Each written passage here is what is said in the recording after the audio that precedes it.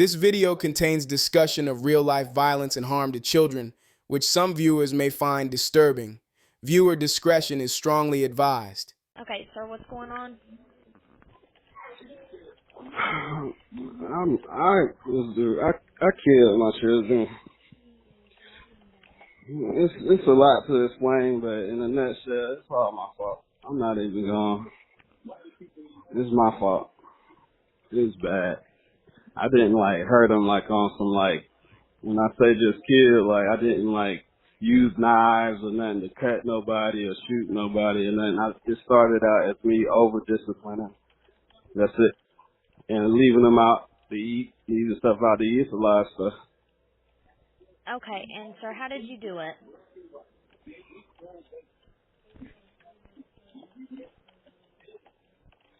Sir? Yes, ma'am. Okay, how did you do it? I beat on them sometimes.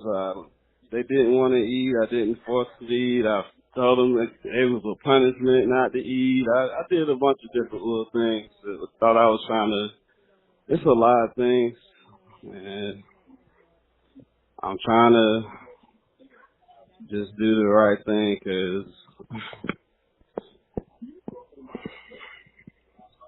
I left something. I tried to call a lawyer earlier, but I could have maybe called a lot more lawyers. I just did one. I should have just started calling all of them, and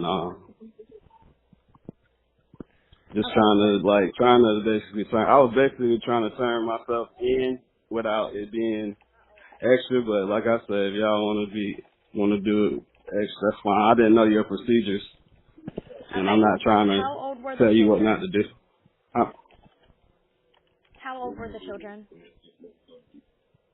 Mm-hmm. Sir? Yes, ma'am. How old are the children?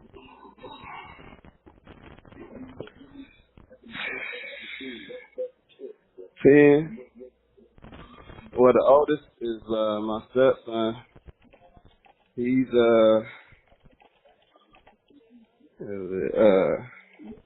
18. Okay, and the other one? And then I got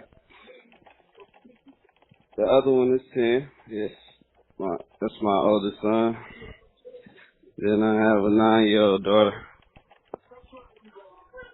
and I got a 5-year-old daughter, and I have a son here now on my bed, and I'm not even gonna try to make it look. Well, I wanted to bring this up. North Carolina man is facing murder charges after deputies say they found multiple bodies in the trunk of a car at his home. Yeah, 6 News anchor Lori Tucker. We're actually going to bring you all the latest on this story now. The Johnston County Sheriff's Office says Wellington Dickens called 911 Monday night and told dispatchers he had killed his children. Deputies responded to his home and found Dickens waiting for them. He told investigators his 3-year-old son was alive inside the home, but 4 of his other children were dead in the trunk of a car parked in the garage. Sometimes the worst monsters don't come from the streets or the night. They come from inside the home. This is the case of Wellington Delano Dickens III, a North Carolina father who called 911 and confessed to killing his 4 children. It's a story of isolation, grief, and horror that unfolded quietly over months before anyone knew the truth. I'm E, and this is Crime The Eway.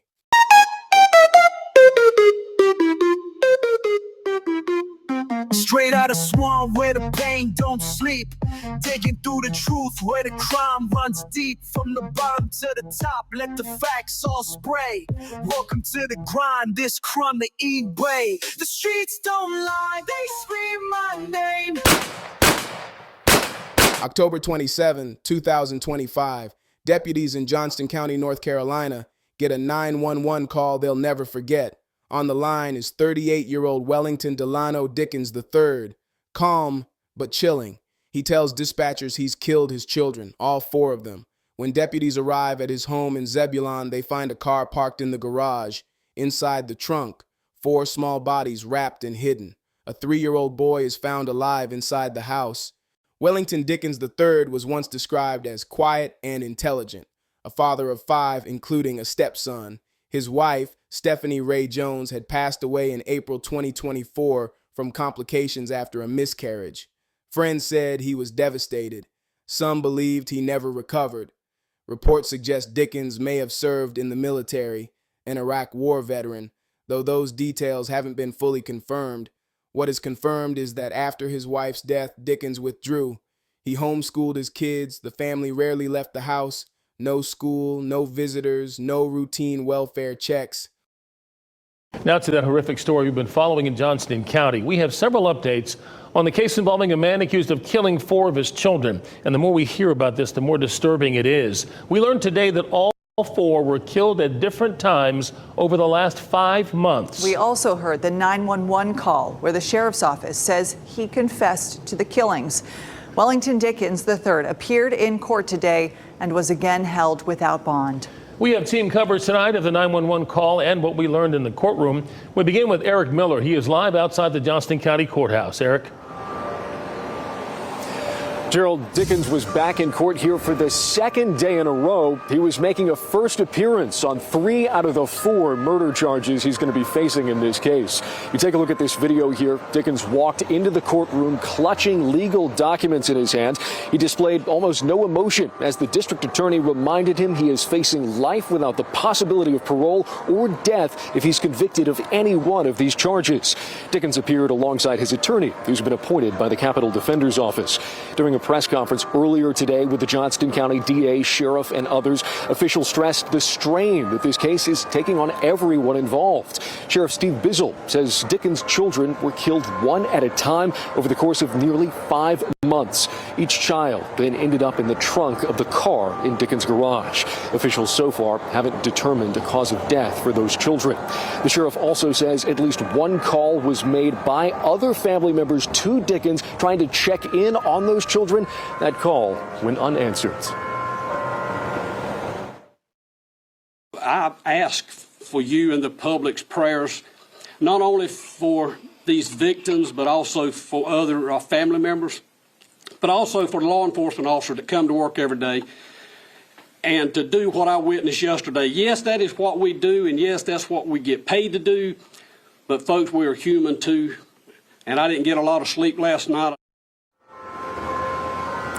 After court here today in Smithfield, we did try to catch up with Dickens' attorney. She declined to release a statement on his behalf or to answer any questions in this case. Now, we also know that here in Johnston County today, there was an emergency placement hearing for Dickens' surviving 3-year-old child. We're still working to learn where exactly that child has ended up, whether it is going to be in the foster care system here in Johnston County with family members or somewhere else. We'll bring you that answer as soon as we get it. In Smithfield, Eric Miller, WRAL News. Eric, thank you. Now we want to get over to WRAL's Sean Gallagher. He learned more about the suspect's past and heard that 911 call he made. We want to warn you, it is tough to hear. Sean takes us through the call and the paper trail of court documents Dickens filed over the last decade. Sean. It's a 7-minute phone call to 911 where Wellington Dickens admits to everything. And this is just another warning. What you're about to listen to is a father admitting to killing his children. Sir, what's going on? I killed my children. Through heavy breaths, Wellington Dickens tells a 911 operator why law enforcement needs to come and arrest him. I beat on them sometimes. They didn't want to eat. I didn't force them to eat. I told them that it was a punishment not to eat. I did a bunch of different little things. A call of contrition nearly 6 months after he allegedly killed the first of 4 of his children. And I just can't take it no more. I never did this before. This stuff is crazy. Okay, sir. And I got my son. I just feel guilty. Guilty as hell.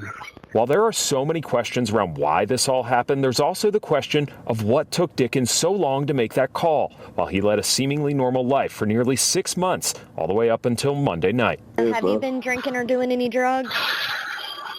I did smoke, and I had like a sip of the champagne. Law enforcement says he killed 6-year-old Leah in May, and then in August, 9-year-old Zoe, and 10-year-old Wellington IV died in August or September.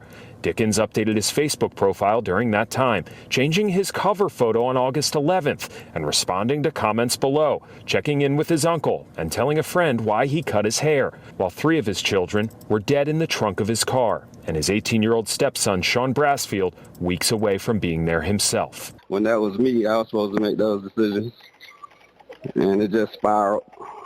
It just got worse and worse.